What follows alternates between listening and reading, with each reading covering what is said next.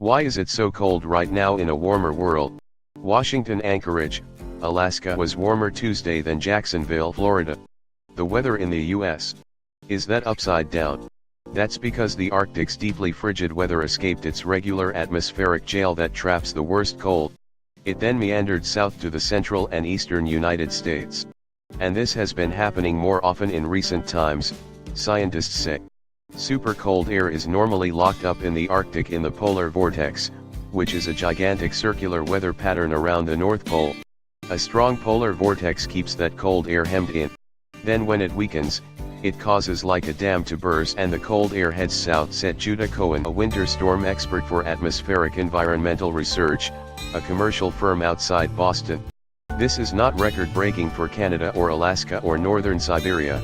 It's just misplaced, said Cohen, who had forecast a colder than normal winter for much of the U.S. Is this unusual? Yes, but more for how long. About 10 days the cold has lasted and how cold it has been. On Tuesday, Boston tied its 7-day record for the most consecutive days at or below 20 degrees that was set exactly 100 years ago. More than 1,600 daily records for cold were tied or broken in the last week of December, according to the National Oceanic and Atmospheric Administration, NOAA. For Greg Carbin of the National Weather Service's Weather Prediction Center, the most meaningful statistics are how last week's average temperature was the second coldest in more than a century of record-keeping for Minneapolis, Chicago, Detroit, and Kansas City, third coldest in Pittsburgh and fifth coldest in New York City. Global warming and cold weather. While the United States has been in the deep freeze, the rest of the globe has been.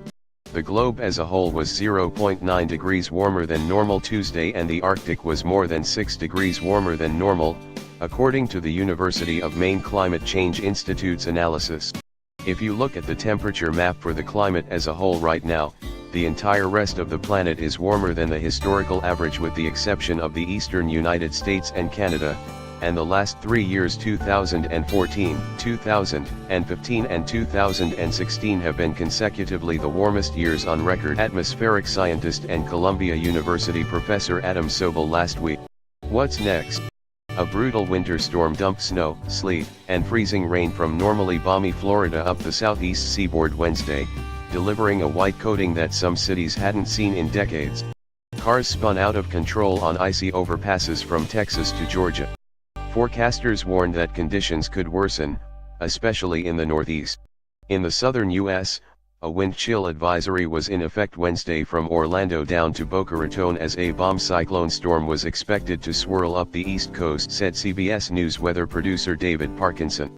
He said when a storm system loses 24 millibars of pressure, which is to say it gets that much stronger, in under 24 hours, you have what's called a weather bomb.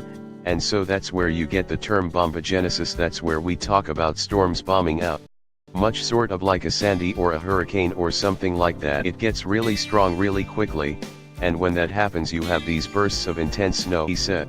If the storm moves just 25 miles in one direction or the other when it gets to the northeast, that could be the difference between 4 and 8 inches of snow, Parkinson said. There is a blizzard concern along the coast in Cape Ann, Massachusetts, and along the state's southern coast.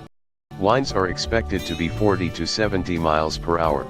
We're not going to have ridiculous snow totals that we've never seen before, but what we are gonna have is a lot of wind, a lot of low visibility, and what I suspect will be a lot of traffic accidents, Parkinson said. Forecasters warned of frostbite and hypothermia in Chicago, where wind chills of -35 degrees were predicted.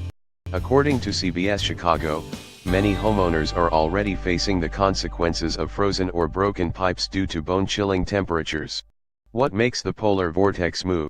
This is an area of hot debate and research among scientists and probably is a mix of human-caused climate change and natural variability, said Furtado. Climate change hasn't made the polar vortex more extreme, but it probably is making it move more, which he said. A recent study by Potsdam Institute climate scientist Marlene Kretschmer found the polar vortex has weakened and meandered more often since 1990, but that study focused more on Europe. Ongoing research shows that there seems to be a similar connection for more frequent Arctic cold snaps like what the U.S. is now experiencing, Kretschmer said. How can it be so cold with global warming? Don't confuse weather, which is a few days or weeks in one region, with climate, which is over years and decades and global. Weather is like a person's mood, which changes frequently, while climate is like someone's personality, which is more long-term. Furtado said. A few cold days, Furtado said. That's just silly. Just like a couple down days on the stock market doesn't mean the economy is going into the trash.